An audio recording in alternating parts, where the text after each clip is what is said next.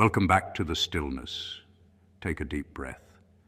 Let the air settle into the very base of your lungs, feeling the oxygen become a part of your blood, your essence, and your divine architecture. You have found your way back to the anointed path, and today we are going to sit together in the quietude of a truth that many find terrifying, but which you, the chosen one, will find liberating. We are speaking today to the one who feels as though the fabric of their reality is being pulled from both ends. You feel the tension in your chest when you wake up in the early hours of the morning, that specific heavy silence that feels like it's pressing against your skin. This is the weight of the unseen.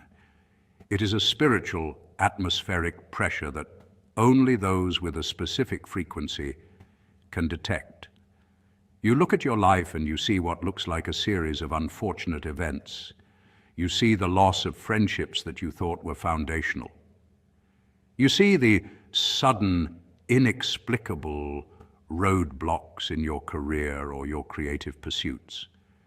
You see the way people look at you now with a mixture of confusion and a strange, hidden resentment.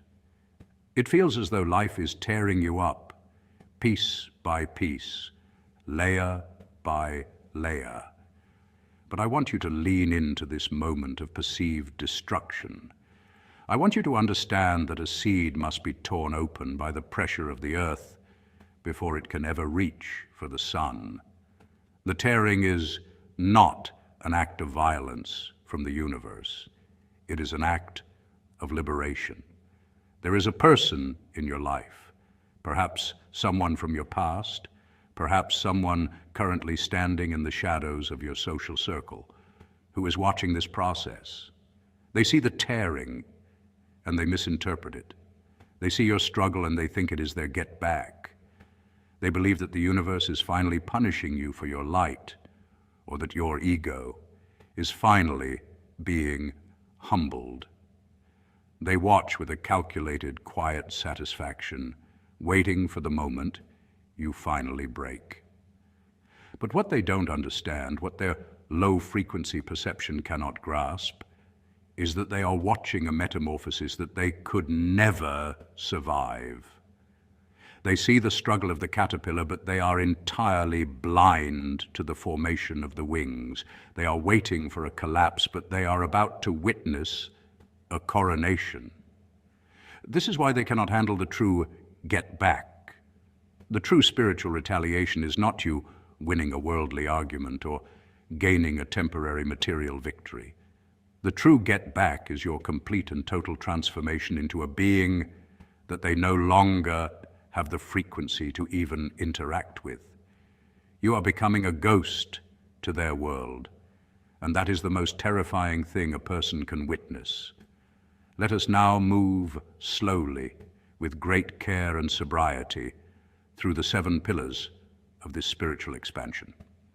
Point 1, the law of spiritual friction and the heat of ascension. In the physical world, we understand without debate that when an object moves through a medium, it encounters resistance. A jet cutting through the sky compresses air into heat.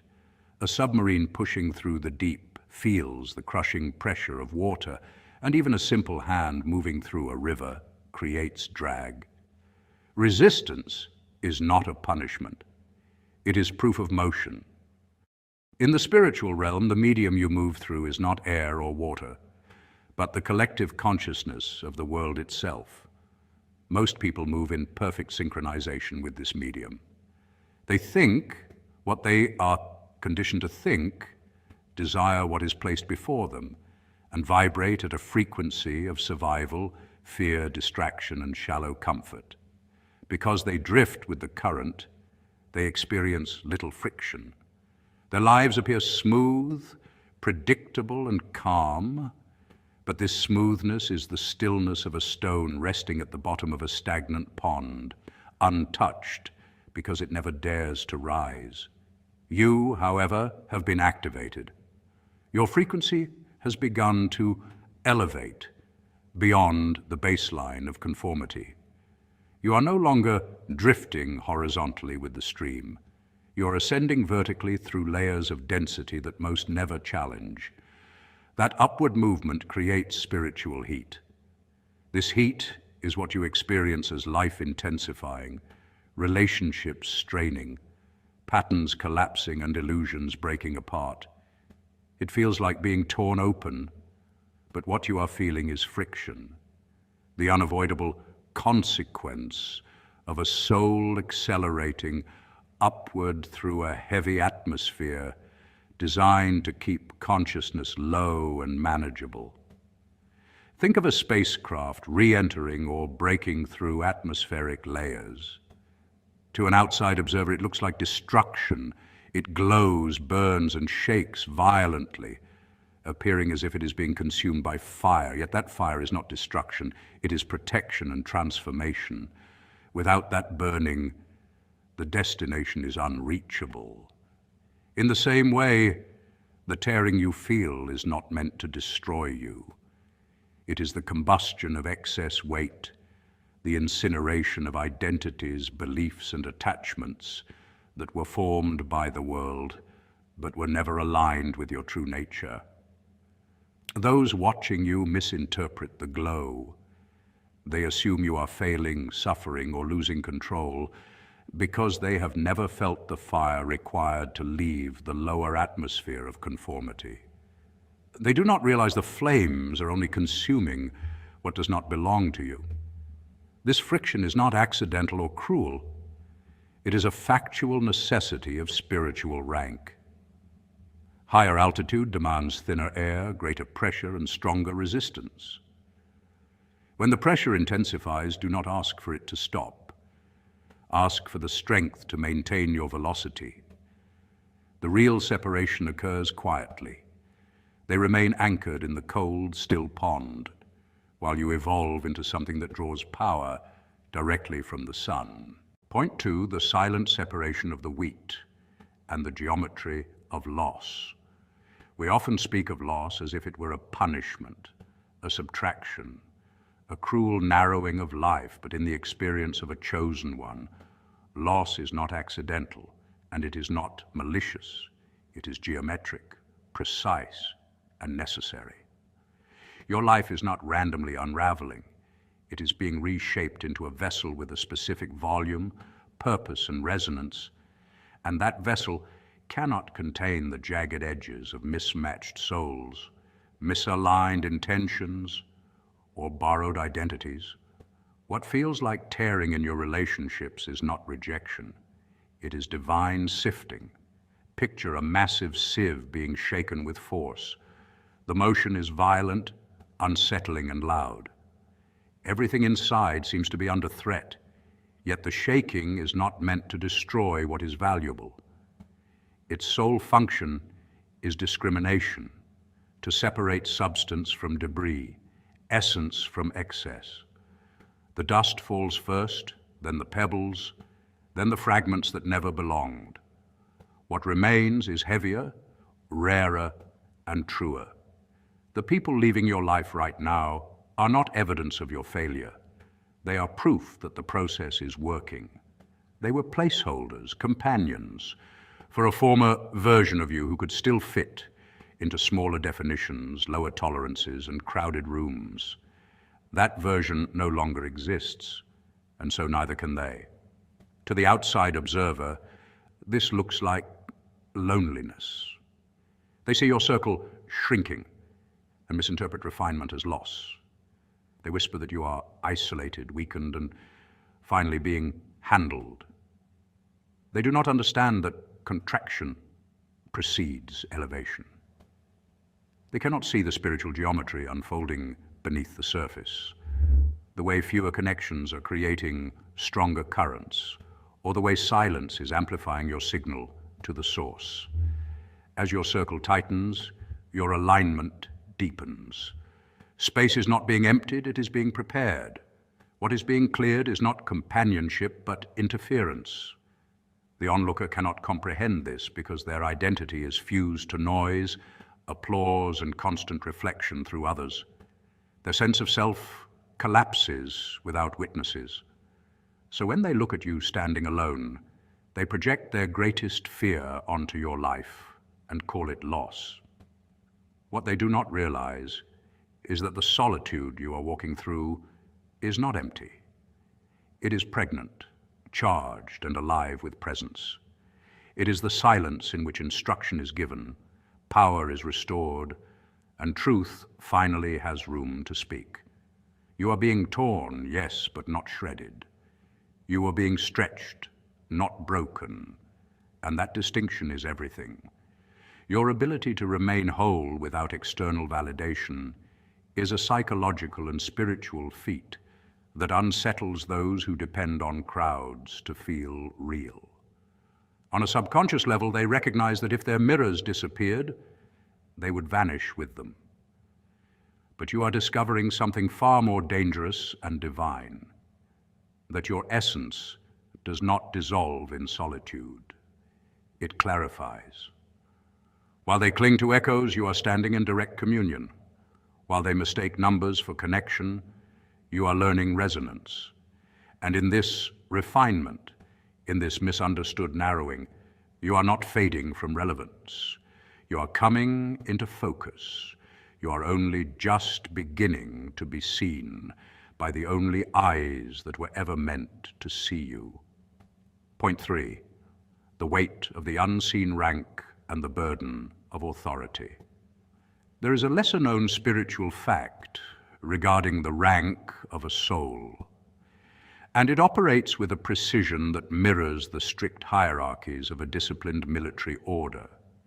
In the unseen realm, authority is recognized instantly, not through appearance, status, wealth, or public validation, but through endurance. A chosen one's rank is forged in moments when life applies pressure with surgical accuracy, when circumstances tear at the edges of your emotional, mental, and spiritual stability, and you choose restraint over reaction, awareness over chaos, and composure over collapse. Every time you are provoked and remain anchored in sober observation rather than emotional discharge, something subtle but permanent shifts within you. This is not passive endurance, it is active mastery. Each trial endured without surrendering your center increases your capacity to carry authority, and with that authority comes access. You are being handed keys, not physical keys, but keys to atmospheres, to outcomes, to spiritual corridors that respond only to rank. This is why your presence alone begins to alter environments. You may have noticed that when you enter a space, conversations change direction, energy tightens or loosens, and people behave differently without knowing why. Some become defensive or confrontational, others suddenly seek approval or grow quiet. This is not coincidence, ego, or imagination.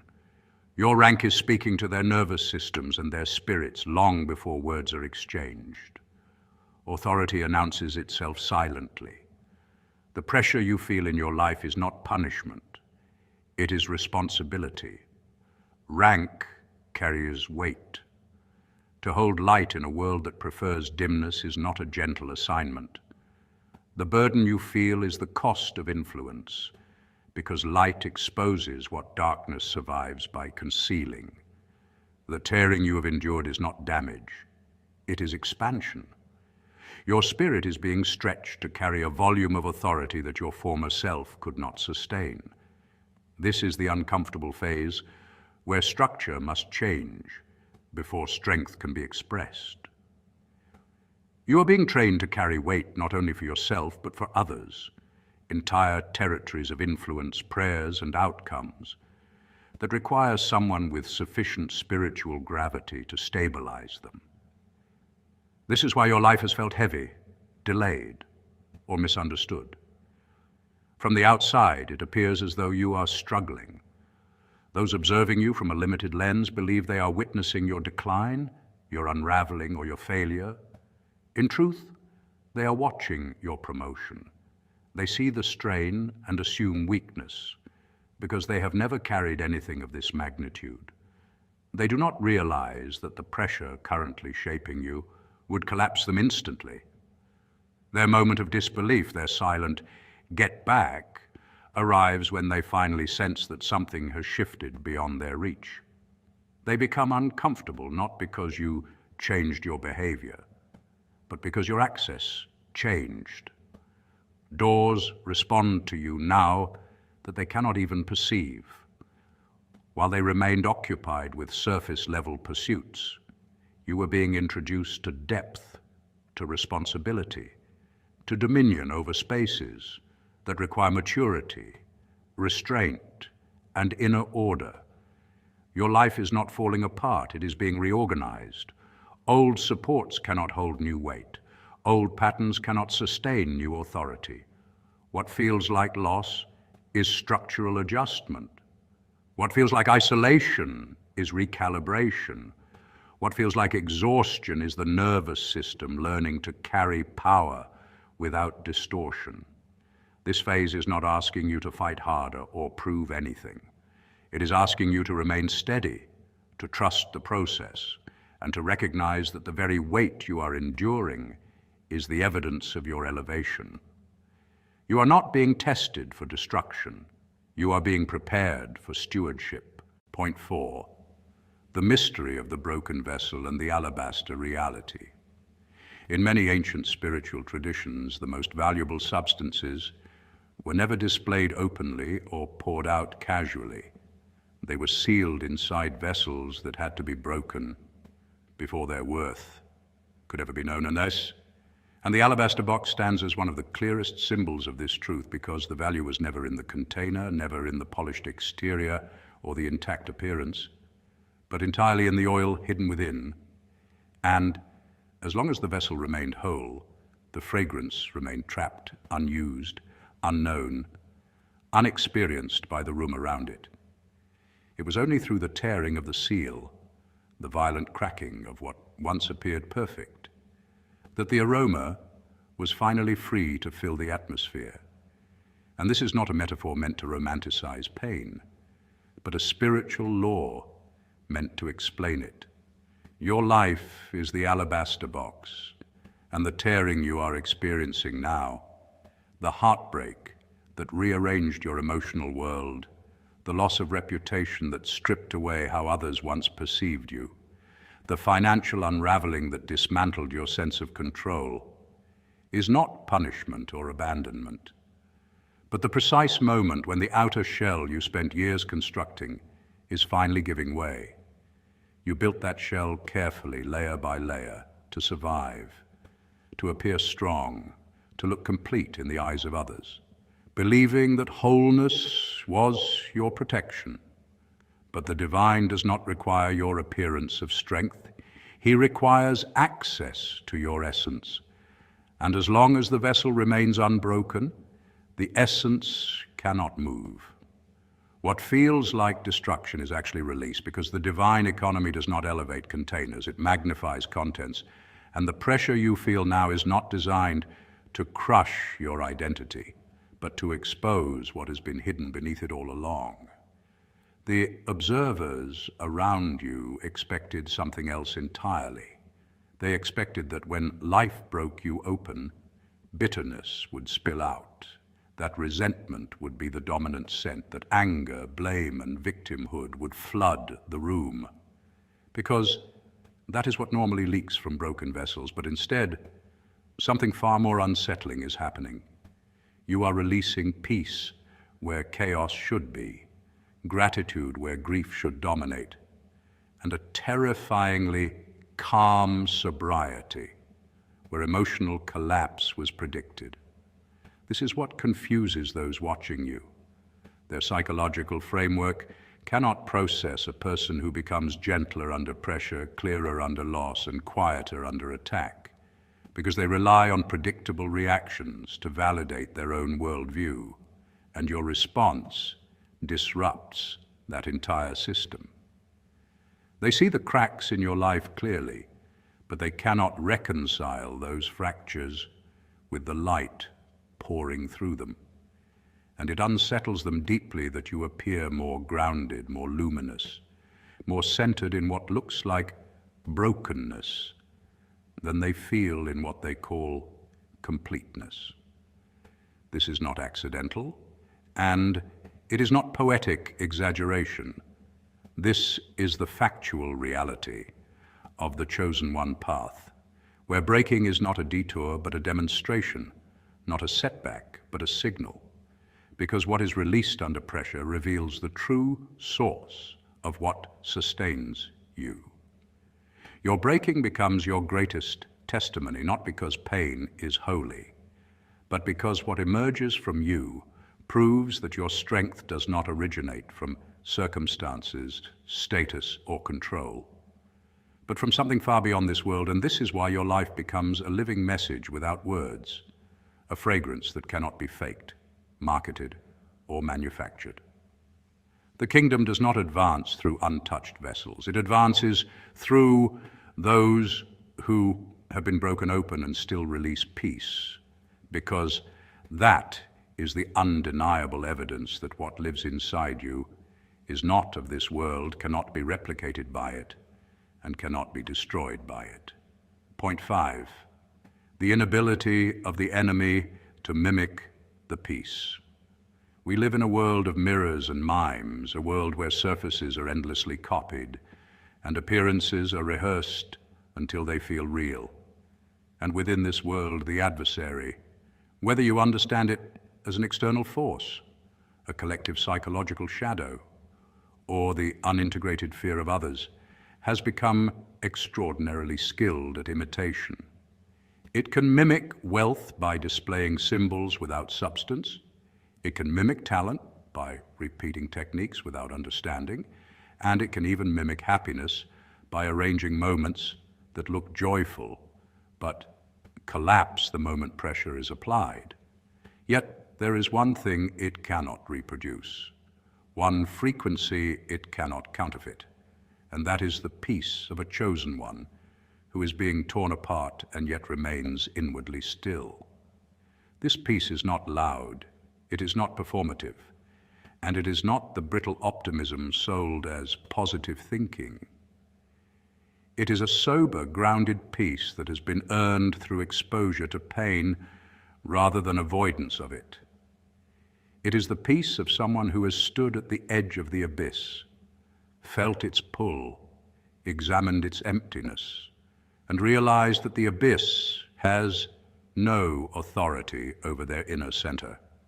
When you carry this kind of peace, you confuse those who are watching you from the outside, because they are not observing you out of curiosity, but out of anticipation. They are waiting for your reaction. They are poking you through circumstances, through delays, through misunderstandings, and through subtle injustices, hoping to provoke a surge of emotion they can feed on. They want the explosion, the outburst, the desperate defense, and the frantic attempt to explain yourself or reclaim control. They want proof that your stability was only an illusion. But when you refuse to give them that, when you respond not with drama, but with a calm, educative narration of your own life, something deeply unsettling happens. Your restraint becomes a spiritual get back, a boundary that requires no words and no aggression. And this boundary is unbearable to those who thrive on chaos. In that moment, you demonstrate that your peace is not dependent on outcomes, approval, or relief, but is anchored somewhere far deeper than circumstance. This realization acts as a mirror, and mirrors are dangerous to those who avoid self-reflection. They begin to see themselves in contrast to you, and what they see is instability. They recognize, often without admitting it, that if their own life were tearing apart in the same way yours has, they would be consumed by panic, resentment, or collapse.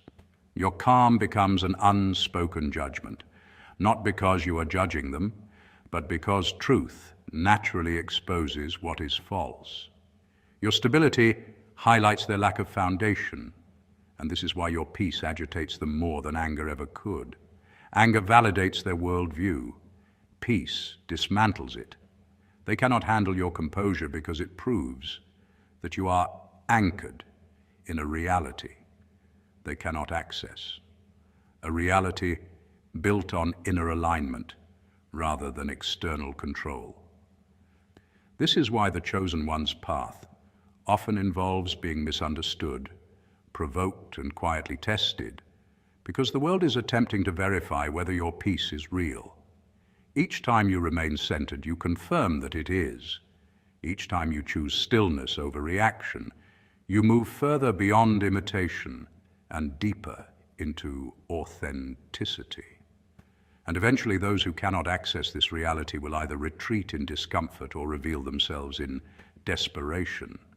Because nothing threatens a hollow structure more than witnessing someone remain whole while everything around them is breaking. Point 6, the refining of the get-back energy and the law of conservation. There is a law in the spirit that mirrors the law of thermodynamics. Energy is never lost, it only changes form, and this truth governs your entire journey, whether you are aware of it or not. Every negative word spoken against you, every betrayal carried out behind your back, and every act of tearing meant to weaken you was never wasted energy. To the surface-level mind, this looks like misfortune, persecution, or bad luck, arriving in waves without reason. But for the chosen one, none of this is random, and none of it is destructive by default. It is raw material, it is substance, it is pressure. And pressure, when applied to the right structure, does not destroy. It transforms. You are learning the ancient spiritual art of alchemy, not as a metaphor, but as a lived experience. The heavy, leaden energy of rejection, loss, humiliation, and misunderstanding is being introduced into your inner furnace, and through endurance, awareness, and divine alignment, it is refined into wisdom, clarity, authority, and spiritual capital. The tearing you experienced was not cruelty without purpose. It was the breaking down of raw material so it could be smelted, purified, and reshaped into something far more valuable than it was before. Those who sent this negative energy toward you believed they were initiating your collapse. They were waiting for you to fold, to disappear, to become bitter, to lose direction. They were waiting for their get back to land, convinced that the weight of what they released would crush you under its mass. What they could not see and cannot comprehend even now is that you possess a spiritual converter within you. This converter is not ego, revenge, or force. It is alignment. It is the rare ability to metabolize pain instead of storing it, to process darkness instead of becoming it. You take hatred and turn it into fuel. You take abandonment and convert it into self-mastery. You take rejection and shape it into the cornerstone of a new foundation that cannot be shaken by public opinion or private betrayal. While others collapse under far less pressure, you grow more precise, more grounded, and more aware with every strike. This is why the true get-back never looks like retaliation. It looks like elevation. It looks like stability where chaos was expected. It looks like peace where rage was predicted. It looks like forward motion where stagnation was assumed. The shock they experience is not that you survived. It is that you are thriving on the very energy they meant to poison you with. This creates a quiet psychological and spiritual dissonance within them, because it forces them to confront a reality they cannot control. Their attempts to diminish you are actively contributing to your expansion. Every tear they helped create in your life widened your perception. Every fracture became a window. Every wound became an opening through which you learned to see the divine more clearly, not as an abstract idea, but as a sustaining presence that meets you precisely where pressure is greatest. You were never meant to be protected from the fire. You were meant to master it. And now, as you stand refined rather than ruined, it becomes evident that nothing sent against you was wasted. It was all repurposed. It was all transmuted. And it was all necessary. Point 7, the final sovereignty of the path and the silence of God. We end where we began, in the stillness, because stillness is the only place where truth can land without distortion. The final truth is this: your life is not being torn apart by random events, nor by the cruelty of people, nor by misfortune masquerading as fate. What you are experiencing is far more precise and far more intentional. Your life is being reshaped by the hand of the Creator, who loves you too much to allow you to remain confined to a smaller version of who you were meant to become. This is the get back that few can comprehend and even fewer can tolerate. The realization that divine protection does not always feel like comfort, and divine love does not always feel gentle. Sometimes it feels like loss, separation, and dismantling. Sometimes it feels like everything familiar is being stripped away at once. But this tearing is not chaos. It is a controlled demolition. It is exact. It is measured. It is purposeful. Just as a skilled builder must tear down a decaying structure before anything greater can rise, the divine is tearing down the fragile framework of your former identity, the beliefs, attachments, roles, and limitations that could never support the weight of what you are becoming. To the outside observer, to those who never had access to your inner life, this looks like failure. They see walls falling and assume ruin. They hear silence and assume defeat. They watch you withdraw and assume you've lost your way. What they cannot see are the blueprints already drawn in the hands of the architect. They cannot see the precision behind every removal, the wisdom behind every delay, or the mercy hidden inside every ending. They do not see the foundation being poured in the dark when no applause is possible and no witnesses are present. And because they do not see the foundation, they misjudge the process. Their version of your get back is rooted in spectacle. They expect you to reappear loudly and dramatically, with explanations and announcements, with proofs designed to satisfy their doubts. But that is not how this story ends. Their true get back arrives quietly, without warning, when the scaffolding is removed and they suddenly realize that something immovable now stands where they expected permanent collapse. They will see stability where they predicted breakdown. They will sense depth where they assumed emptiness. They will feel a gravity in your presence that cannot be argued with or explained away. And that is what they cannot handle, the silence of your victory. Not because silence is weak, but because silence leaves no opening for dismissal. You will not need to justify yourself. You will not need to correct the narrative. You will not need to say, "I told you so." Your life will speak for itself, not through noise, but through alignment, clarity, and peace. The tearing will be over, and what remains will be whole in a way the world doesn't have language for. You will not return as who you were.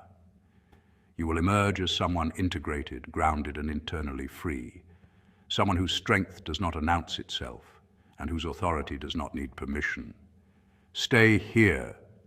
Stay in this peace. Stay in this sobriety. Do not rush the final moments of construction. What is being prepared for you carries a weight of glory that far outweighs this light and momentary tearing. And when it is complete, You will understand why nothing could have been left standing that did not belong.